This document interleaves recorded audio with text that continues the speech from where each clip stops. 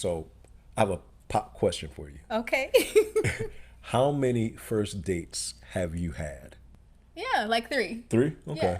Yeah. I don't remember how many. I've had a few. Okay. But I've only had one first date with you. And that's all that matters. Very true. Ha! It's be the way we were when we first began. I remember the day of our very first date. I had this grand idea in my mind that I was going to build the anticipation. So a few hours before the date began, I think maybe 5 or 8 hours before the date, I would text her every hour on the hour. We only have 7 hours left. Well, I didn't know she suffered from like severe anxiety. What I later found out is that she almost canceled just because of the anxiety that began building as I was thinking I was being romantic, leading up to the date. I also realized that when I checked my bank account, I got $20. So I don't know if you know this or not.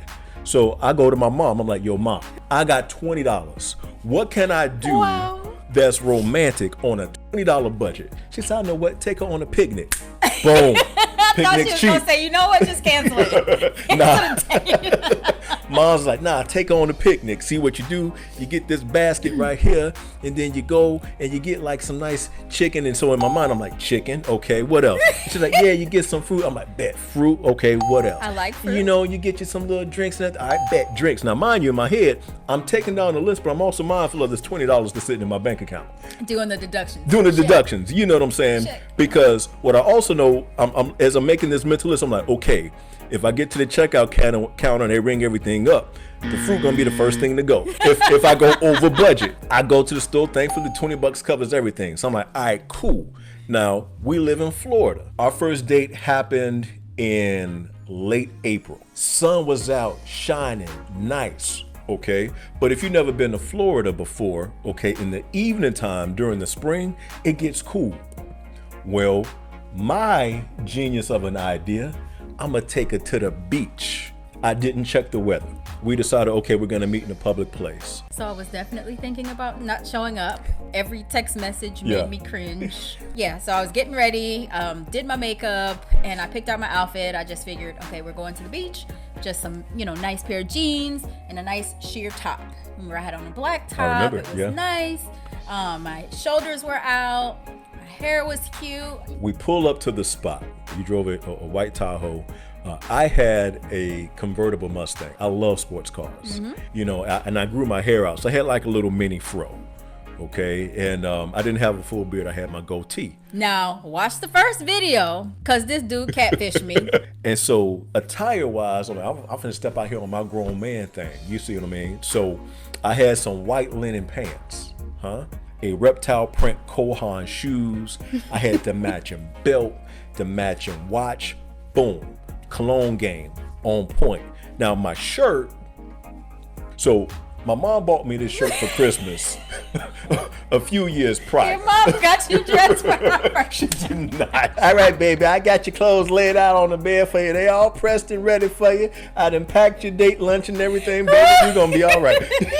My mama did not get me dressed. Okay, so the shirt, it was like, to me, it was a dope shirt. It was like these different colors, but the material that the shirt was made of, it was authentically wrinkled. All right, so I'm like, yeah, I'm gonna throw that on. It had like a nice little thick collar on it, you know what I'm saying? So, and I folded my sleeves back just a little bit, you see what I'm saying? So that my accessories could show.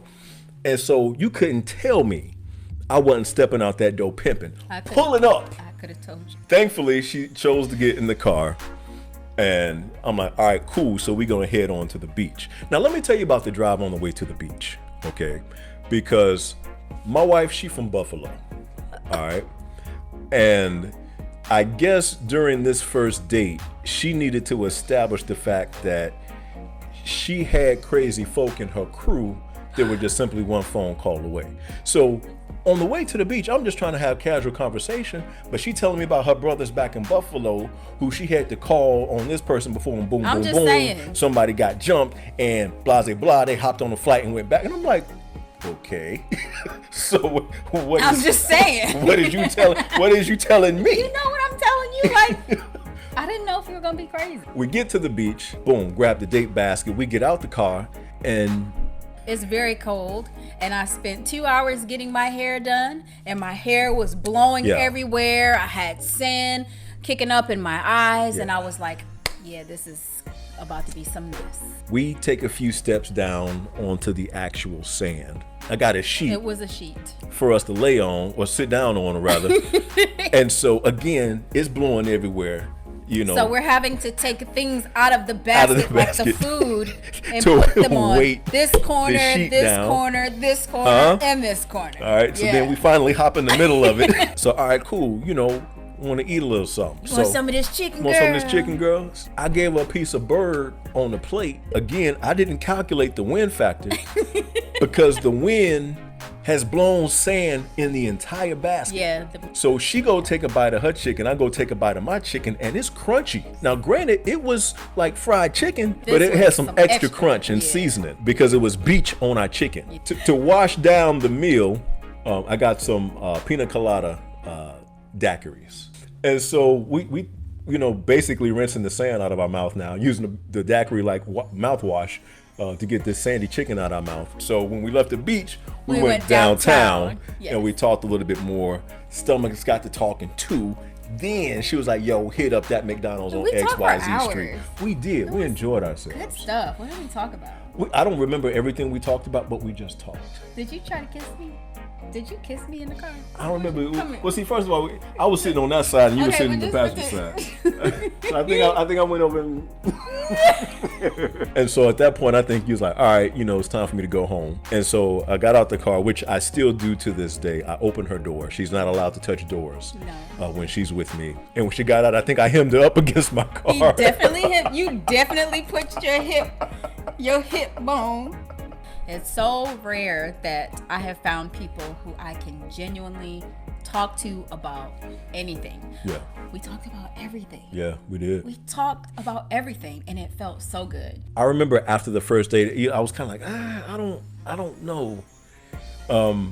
I enjoyed the conversation, but I guess for me, I was still seeking to fill out just the vibe and the energy between the two of us.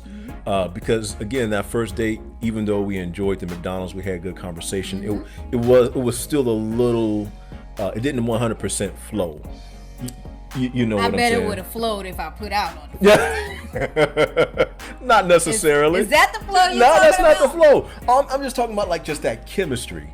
For me, the chemistry didn't fully engage on that first date. The second date, I felt it much better, and I think it was because I felt less pressure on that second date. So probably, maybe that was just coming from you. For me, I didn't feel any pressure. Yeah. Just because I wasn't looking for chemistry. I wasn't looking for anything other than to just enjoy myself. Yeah. So I think I kind of stayed true to that whole idea of just kind of going with the flow. And I definitely pushed against a lot of, my anxiety. Like, I definitely did something new. So for me, I was like, I just want to be in the flow. I'm not going to do anything that I don't want to do. I just want to see if I like this, see if this, meeting people thing is for me. Yeah. So I didn't have any. There was no preconceived notion of what our chemistry was supposed to feel like. I know I didn't feel like I was in any danger. So it was all good for me. And I think that's dope, because basically what I hear you saying is that you approached that first date without any expectations. None. And because you approached it that way, as you mentioned, you really didn't feel any stress for things to turn out one way or the other. And you were open to whatever that process was going to look like. Yeah. I've spoken with individuals, and even I myself am guilty in the past of approaching either a date or a situation with a preconceived notion of what I wanted to turn out to be, and disappointed on the back end when it doesn't look that way. So I commend you for doing that. And even to this day, I think you do a really good job of not having expectations with certain situations. And I know even recently, as a couple of months ago, I am the complete opposite. I have expectations for if I'm a part of something, I have an expectation for it. And I am very often disappointed. Quite often. It's be the way we were when